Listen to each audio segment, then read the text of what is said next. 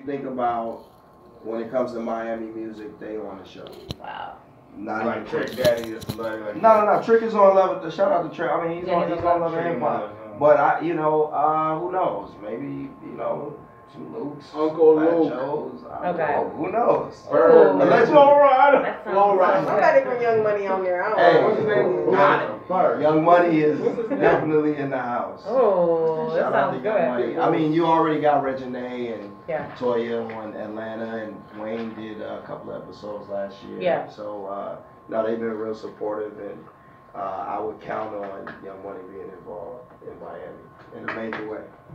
Now, how do you guys go about the casting of who you're going to get on the show? Like, because you have an all-star cast, of course, but how do you guys go about? I'm sure there's some negotiation, bidding wars that happen. The host. Do you know how the show started? Do you know how it came together? Yeah. So initially, so I had hired Vanessa Simmons for a film I did called Dysfunctional Friends. Okay. And then, the Chevy brand cars reached out to me to create like a web series that they were going to finance. So I reached out to Vanessa to do it. She's like, you should do my sister Angela. She's got like $250,000 shoe collection. And so I hired Angela for this thing, and it went really well. And she said, you know what, I'm looking to get back in reality TV. Can you help me out? And that's crazy how it just happens like that. Like, just the conversation. I mean, it's all about, I think, because we did a really great job and we had chemistry. And she's like, there's somebody I can work with who's on top of this stuff. So, we threw around some ideas, and our initial show was going to be a show that Bow and Ants did together. So we sold the show with Bow Wow and Angela. It was kind of like a Sex and the City meets Entourage. And then Bow got engaged to Erica Mena. And she, needless to say, I don't think she was cool with Bow doing the show with Ants, so he had to drop out of the show after we sold the show. So boss moves. Angela kind of did a boss move there, kind of. Well, Bow had to, he said he couldn't do the show, and so then we were like, shit, can I say shit? Yes, you can. Okay, so he was like, she was like, shit, like the show is down the drain, like we lost Bow, and I was like, you know what, let's always think about God, and you go through moments like that where you sell a show and things fall apart, and I'm just like, I just kept positive, and I was like, you know what, let's just expand it and do all of the families. Let's do the Avengers of Hip Hop. And Dame Dash has said something to me when I created the Ultimate Hustler in 2005. I was 24 when I did that show. And Dame said when him and Jay started Rockefeller, they named their company after this rich generational white family, because at the time they didn't know black families that had second and third generations of wealth. Think about Master P always talks about generational wealth. Of course, and you think about it, Puff was coming up at that time. Russell didn't have kids. He wasn't married to Kimora yet. So now and when we did Ultimate Hustler, Boogie was like 9 years old. So now you have through hip hop, you got families that have second generations of wealth, which is incredible, because you're gonna have some white kid name his label after a black family, in the next 10 years. So I was just like, listen, let's do some real legacy shit. Everything I try to do, my mission statement in life is to do things that's positive, that move the culture forward. And so I was like, you know what? I called Dame. Boogie's a grown man now. I just did a movie with Romeo called A Girl Like Grace, where I discovered a young girl named Ryan Destiny who was on Star. Oh, really? So I just worked with Rome. So me and Ange both reached out to Rome, and then I got Christina DeBarge from the DeBarge family, and we just we went back to the network and said, listen, we got the Avengers of hip hop, because the DeBarge, most people was like, well, why is Christina's on board? But they the most sampled group in hip hop history, like for R&B group, like their sons have been sampled more in hip hop than any group in history. So we just put it together, and then my partner at E1 called Pepper, and it was interesting though, because all of these people had their own show before. So it was tough trying to convince everybody to buy into, like, why do we all need to do a show together? We all rich. We all did our own family shows. Right. But you know, if white people can make Ocean's 11 where they got five $20 million actors in a movie, that is deep right there. from Brad Pitt to Clooney to Matt Damon to Julia Roberts, like we gotta, it's strength in numbers. We gotta come together, and I just sold everybody on that. Like, let's do something for the culture. Let's show people that we can work together and we can galvanize together and do something great. So how is it working with these kids? Because they come from a background where you could say someone like a silver spoon in their mouth, they're spoiled, they got whatever they need coming out the womb. So it's like, are they really hard workers? Are they learning from their parents? Are they spoiled? What do you think? I mean, listen, you know, at the end of the day, I think for all the guys in here, you know, we all grew up playing sports, you know, and because I played sports my whole life and played sports in college, I just always approach things like that. Like, we all trying to win it. I always tell them, like, we all trying to win a championship. You know, we don't always have to agree. You know, you on a sports team, you know, y'all gonna get in arguments. Y'all not gonna agree. You get in arguments with your family. You know, that don't mean that. As long as y'all got the same common goal to do something great, to do something. I always say, like, to be a producer, like, you gotta have a lot of skill sets, but you know, you gotta know how to manage egos. Like, like Phil Jackson is the best coach of all time, not because he can draw X's and O's better than everybody. It's because he knew how to manage egos better than everybody. That's just the truth. So, you know, of course, I mean, you know, we have difficult days as you know, in any field with people that get up and go to work for a living. You're gonna have difficult days, but I think at the end of the day, you know, all of the kids on the show want to be successful. They don't want to tarnish the legacy that their parents built. And, you know, it's tough, like, walking in that shoe, because on the flip side, people gonna always compare you to your parents. You know, it's like Michael Jordan's son trying to play basketball. You can't, how can you, you know what I'm saying? So, I mean, Rome is such a good kid, real hard worker. Always, you know, is a God-fearing man. You know, Angela, everybody's hard working. They, you know, I just always try to see the best of people. We all just trying to do the best we can, man. No, you do an absolutely amazing job, and I want to just, like I was telling, we were talking to Kat before, who's on Black Ink Crew, you know, for you, about reality TV and like reality TV magic.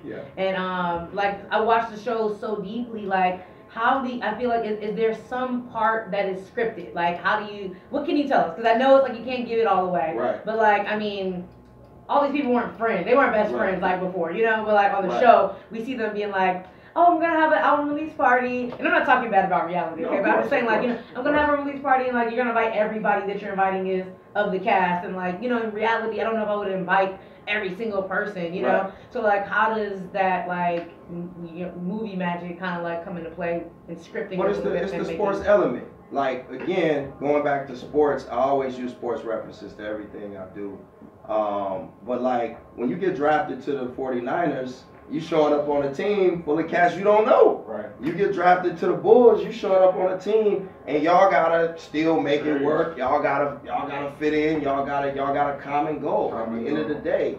So, I mean, it's real life. It's not scripted. I mean, we all have to. If you get hired by E! News tomorrow, you gonna have to show up. No, you're gonna have to show up, and you're gonna have to, you know, work with people that now is on your team, and y'all gotta figure it out. Exactly. So, you know, that's pretty much what it is. I mean, I think obviously you can't put cameras on people.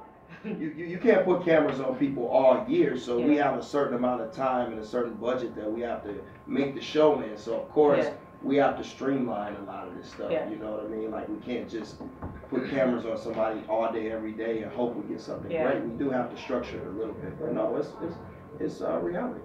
Has anything ever happened on camera where you were like, whoa, we weren't expecting that? Like maybe in Love and Hip Hop Atlanta, when like the parents met and Regine and everybody and Deb, like, has anything ever happened like where you were like, whoa, like, this is going to be a moment for my show? Yeah, sometimes. I mean, but you know, our show is a completely different show than Love and Hip Hop. Shout out to Mona Scott.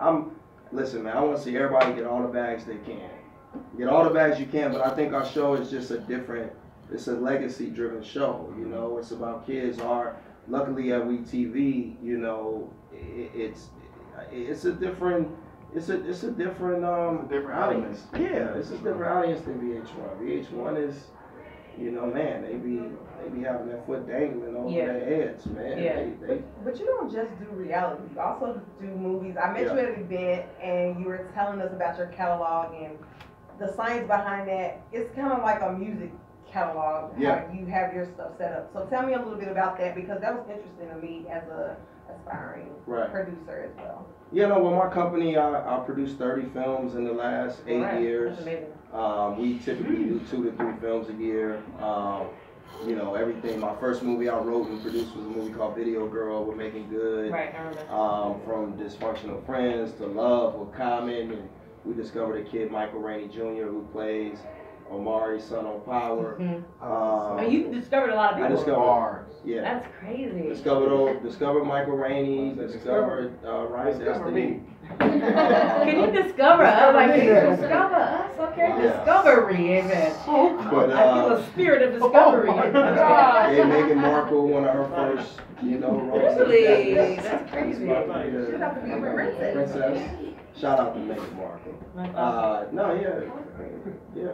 Well, before you get out of here, I want to ask you the question of the night. If you were president, what law would you make or take away? If you could make a law. You're done.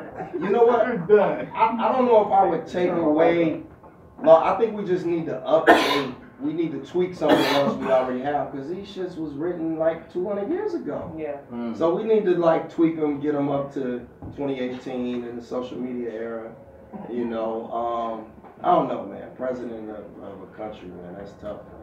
You got too many people to please. You're not really to please everybody. That's right. Motherfuckers was destroying Obama, and he really, you know, I got a theory. Like, Obama was so perfect that, like, people just didn't really know. They just, like, had to just nitpick at anything. Now you gotta, you know, this guy in the office who's a reality star, and now people like, oh, man, Obama was so great. Yeah. But they didn't appreciate him when he was in office. So, I agree. Yeah. So you don't have a law that you think you just, think you need some more time to put you on the spot? I mean, I would say I would make it so black people never had to pay taxes. I like that law. I mean, I would do that because I feel like, that.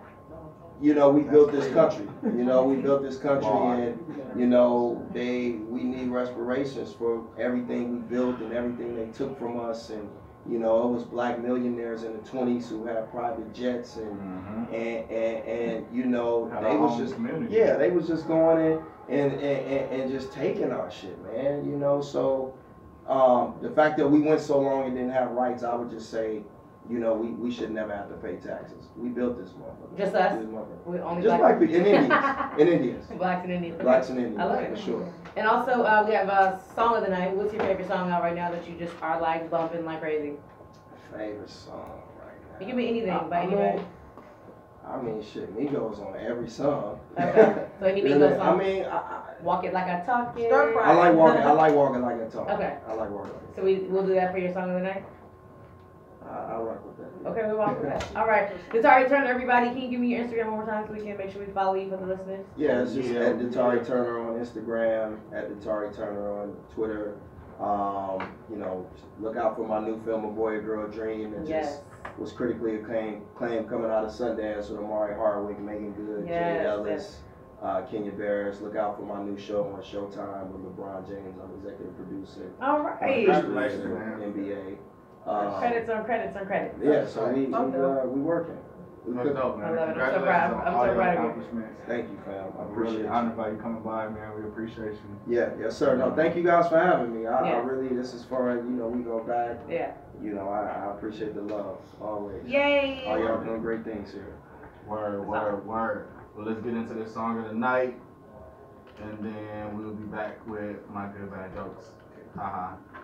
MYGUYMARSRADIO. We'll be back, bitches.